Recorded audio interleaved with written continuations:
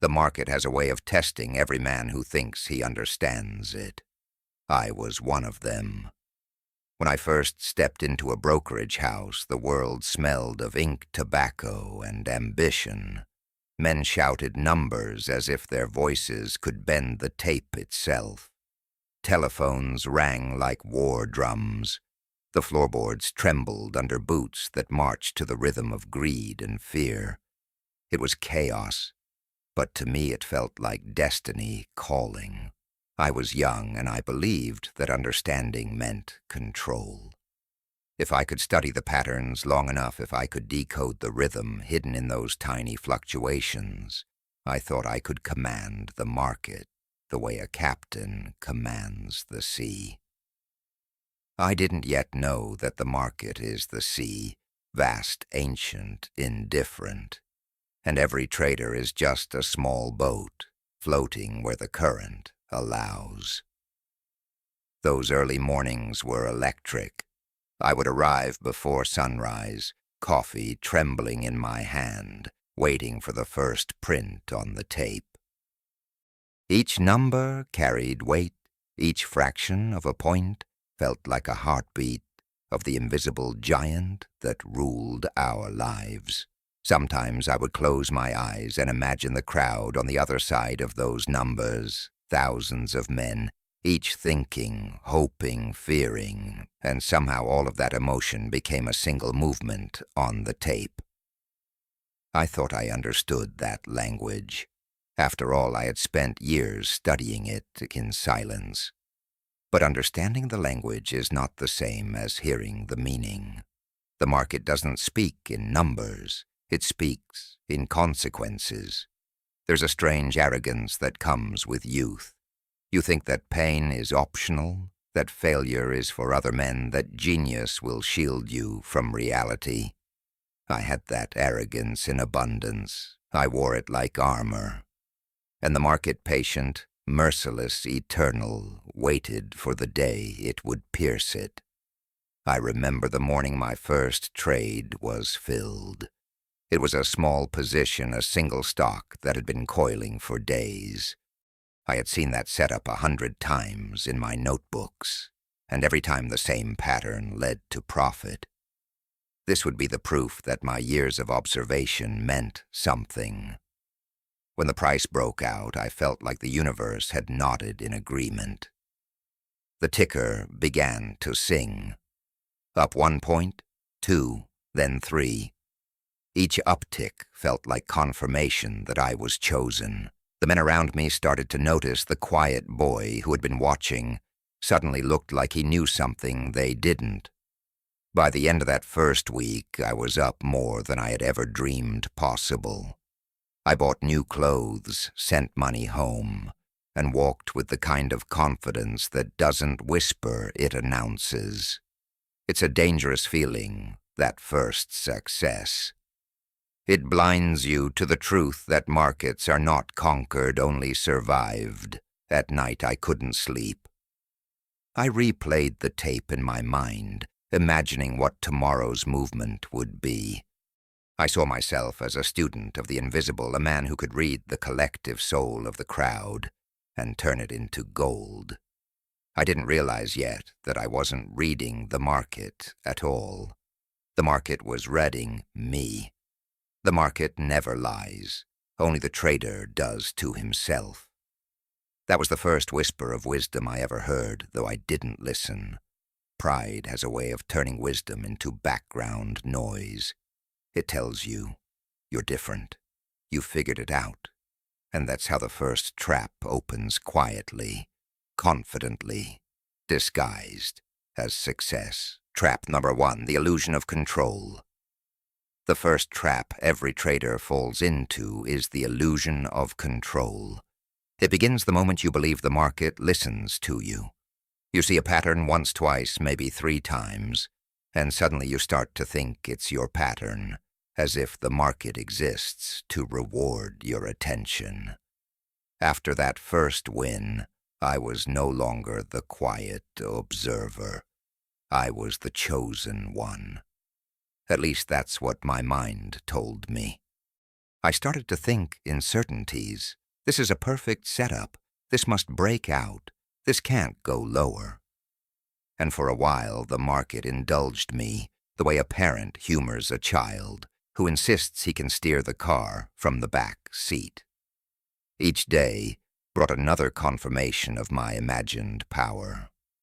I walked into the office with my head high and my chest full of conviction. When people asked for my opinion, I gave it freely, loudly. It felt good to be right, too good. But markets are like mirrors. They reflect confidence until you mistake it for reality. And when the reflection cracks, you don't just lose money. You lose the version of yourself that believed he was untouchable. My downfall began quietly. A stock I'd traded for weeks began to stall. The volume dried up, the movement became sluggish, but I told myself it was just catching its breath. When it dipped, I called it healthy. When it dropped further, I called it an opportunity. By the time I admitted it was trouble, the damage was already done. I didn't sell. I couldn't. Selling would have meant admitting I wasn't in control. So I held and held and held.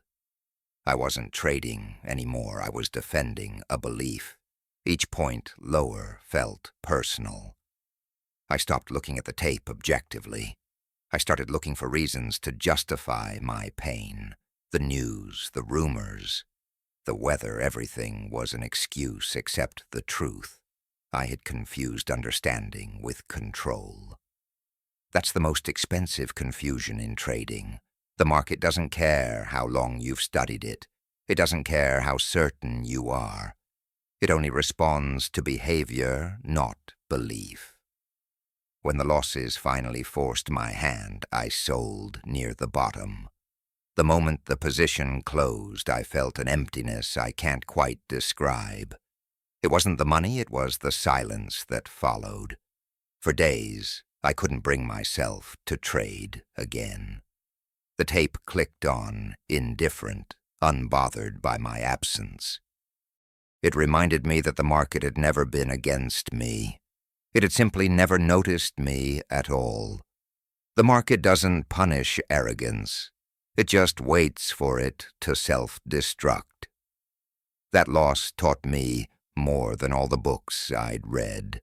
It taught me that knowledge gives you confidence, but only humility gives you survival.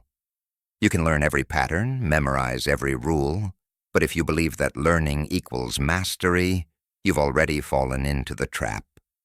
True mastery isn't control. It's awareness.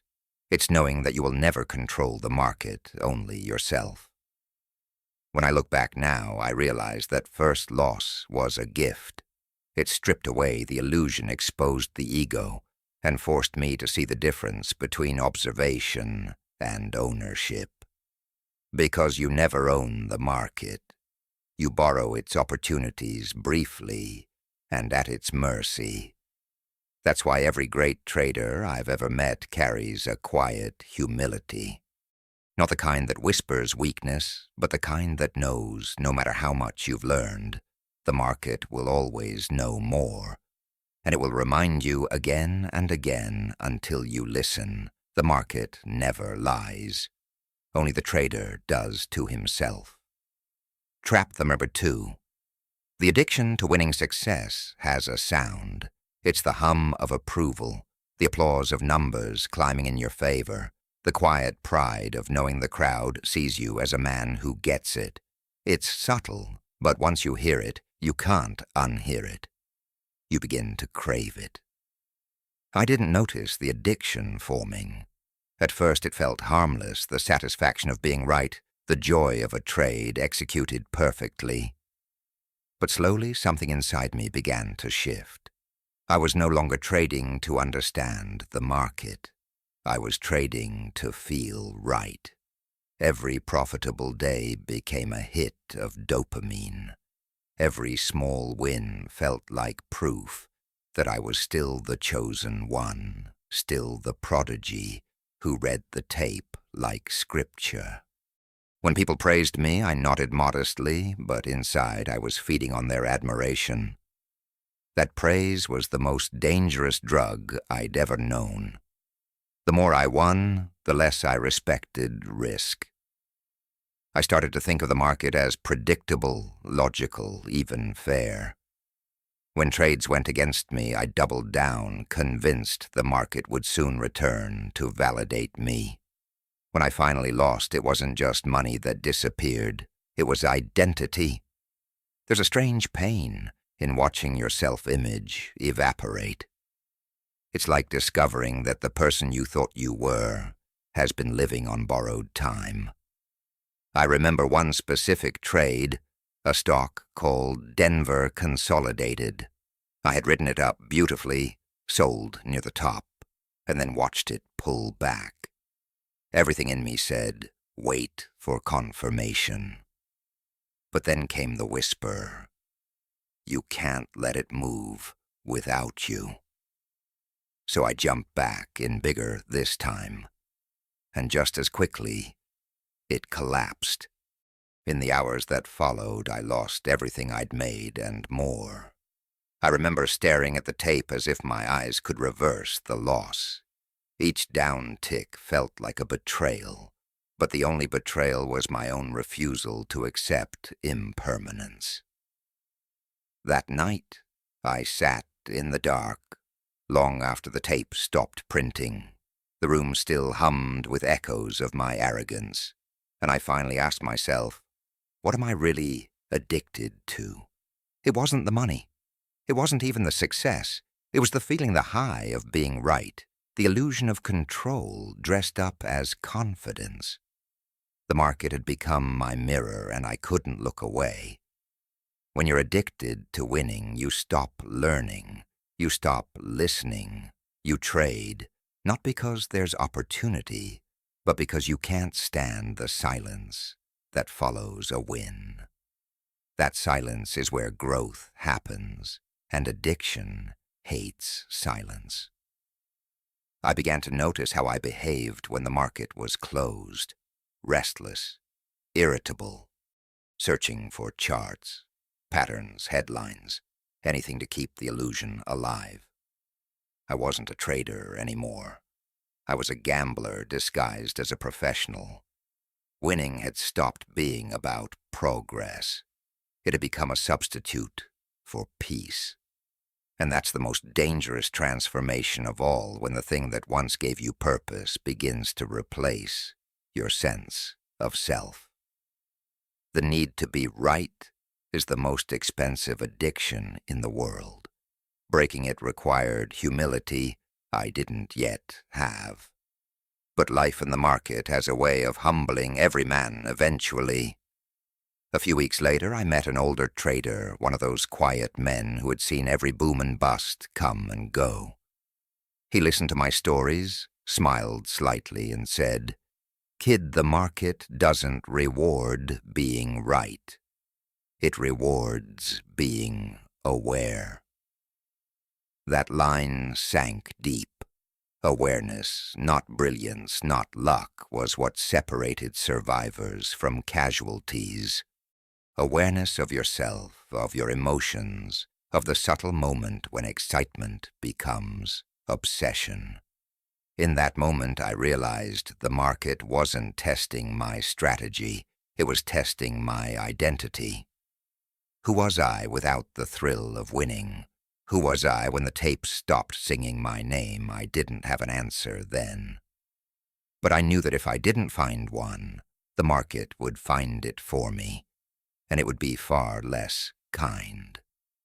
So that night I opened my notebook again and wrote a new rule, the one that has guided me ever since: trade when you are calm, or don't trade at all. It sounds simple, but calmness is the rarest commodity in the market. You can't buy it. You can only earn it through lost patience and time. The market doesn't punish mistakes. It punishes attachment. From that day forward, I began to treat every win not as validation, but as a question. What part of me is enjoying this too much? If I could answer that honestly, I could trade another day. If I couldn't, it meant the market still owned me. And in that simple awareness, I began the long, difficult journey from reaction to reflection. Trap. Number 4. Blaming the market. Blame is the most seductive refuge for a wounded ego. When things fall apart, it's easier to point outward than inward. The ticker becomes the villain, the brokers, the rumors, the manipulation, all convenient shadows to hide behind. After the revenge losses, I carried that bitterness like a second skin. Each morning, I walked into the office convinced that someone somewhere was moving the market just to spite me. It's a comforting illusion. If the world is unfair, then your mistakes aren't really yours. But the longer I lived inside that illusion, the smaller I became. Blame shrinks a man. It keeps him safe, but it also keeps him blind. One night, long after the last clerk had gone home, I stayed behind. The lamps buzzed softly. The tape still clicked, spitting out numbers. No one was watching. I stood there alone with the hum of the machines, and for the first time, I asked myself a question that cut deeper than any loss. What if the market isn't against me? That single thought broke something open. Because if the market wasn't against me, then it wasn't for me either. It was simply there, indifferent, unfeeling, complete. And that meant every outcome, good or bad, began with me. The next day, I tested this idea. I took a small trade, fully aware of every emotion that rose with each tick. When the price dipped, I felt anger stir, not at the market, but at myself. I watched that anger like a scientist watches a flame, curious, detached. In that detachment, I found clarity. The market doesn't hate you. It doesn't love you. It only reflects you. From then on, I started keeping a different kind of journal.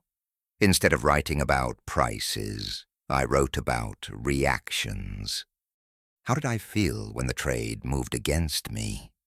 When did confidence turn into arrogance? What lie did I tell myself today? Those pages became my mirror. And every reflection revealed a new flaw, not in the system, but in the man operating it. When traders ask me what changed my career, I tell them it wasn't a strategy. It was a sentence: the market is neutral, you are not. That sentence saved me. Because once you accept neutrality, you stop fighting reality. You start adapting to it. Blame keeps you trapped in stories where you're the hero and the victim at once. Responsibility frees you. It hurts at first, like light flooding a dark room, but then you can finally see what's really there.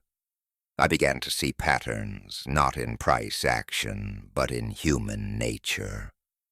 Fear, expanding greed, contracting denial, masking both. It was all so consistent that I wondered how I'd never noticed before. The answer was simple. I had been too busy defending my ego to observe the truth. When you stop blaming the market, the noise fades. You start to hear a quieter rhythm, one that was always there beneath the chaos. It's not the rhythm of prices, it's the rhythm of patience. That's when I realized the greatest traders are not those who predict best, but those who listen longest. Blame deafens you. Responsibility teaches you to listen. From that point forward, every trade began with a question not about the market, but about myself.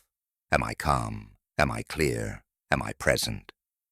If the answer was no, I didn't trade, because no chart can save you from yourself.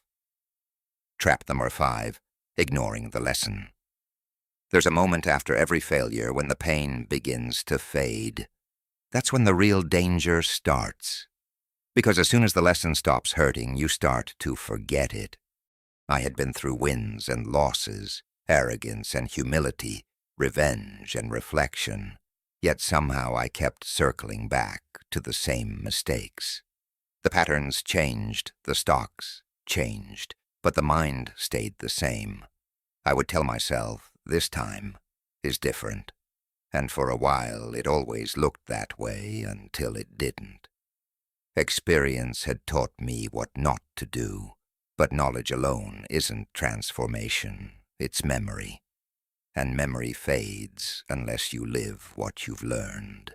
After years in the market, I began to notice that most traders didn't fail because they lacked information.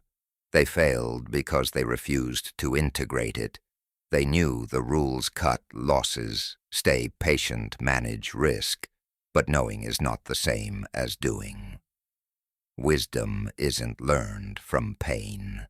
It's learned from listening to pain. I once met an older trader who had survived every crash since the turn of the century. He told me, "The market gives you lessons until you start living them. Ignore one and it comes back wearing a bigger price tag." At the time I smiled and nodded the way young men do when they think they understand. It took me another decade to realize he was right. Every ignored lesson returns louder, costlier, and more personal. The universe doesn't shout. It repeats itself. And the market is one of its favorite voices. One of the hardest things in trading is learning to slow down when you want to speed up. After a win, the temptation is to keep pressing. After a loss, the urge is to fix it immediately. Both are traps disguised as action. There were weeks when I traded every day just to feel alive, as if being in the market meant being in control. But each trade became another echo of the same mistake, a refusal to wait, to breathe, to feel the space between thought and reaction. You don't rise by trading more. You rise by thinking less impulsively. It took years before I understood that true discipline isn't about restricting yourself. It's about protecting your clarity. The trader's greatest weapon isn't courage, it's awareness. Awareness of when you're drifting back into old patterns. Awareness of when your ego starts whispering again. Awareness that the lesson you thought you'd learned is quietly asking to be repeated. Sometimes I imagine the market as an old teacher sitting silently behind a desk. She doesn't raise her voice. She doesn't chase you. She simply waits. And when you walk back into her class, after failing the test again, she doesn't scold you. She hands you the same exam. This time, you either know the answer or you don't. Every loss is tuition. Every lesson is optional. But the price is always collected.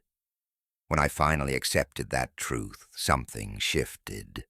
The noise fell away. I stopped seeing the market as an opponent and started seeing it as a mirror that never lied, never softened, never changed the subject. If I was patient, the reflection was calm. If I was greedy, the reflection was chaos. If I was humble, the reflection rewarded me not always with profit, but with understanding. And that's the only profit that lasts. The turning point. Looking back, I can trace every dollar I lost to one of these traps. But what I gained from them was something rarer, self-awareness. The boy who thought he could control the market was gone. In his place stood a man who understood that the real battle is internal. The market doesn't test your strategy, it tests your soul. Every uptick is a question, every downtick an answer, and every silence between trades is an invitation to listen. The market never destroys the trader. It only waits for him to destroy himself or to learn who he truly is. Now, when I walk into a trading room, I don't feel the rush of adrenaline I once did. I feel a quiet respect, the kind you feel when entering a cathedral. Because that's what the market is, a cathedral built by human emotion, where greed, fear, patience, and hope all come to pray. Some men come to conquer it, some come to worship it. But the few who endure, they come to understand it. And in understanding the market, they begin to understand themselves. That is the real reward, not the profit, not the fame, but the peace that comes from knowing that every chart, every loss, every victory was never about the market at all. It was about you. So if you remember nothing else from my story, remember this. Don't seek control. Seek clarity. Don't chase wins. Chase awareness. Don't fear the losses. They're the tuition you pay for becoming who you're meant to be. And when you finally stop fighting, when you stop demanding that the market give you something, you'll hear what I heard in the silence between trades, a whisper gentle but unmistakable. Be patient, be humble, be ready, because the market isn't your enemy. It's your mirror, and the reflection is the lesson.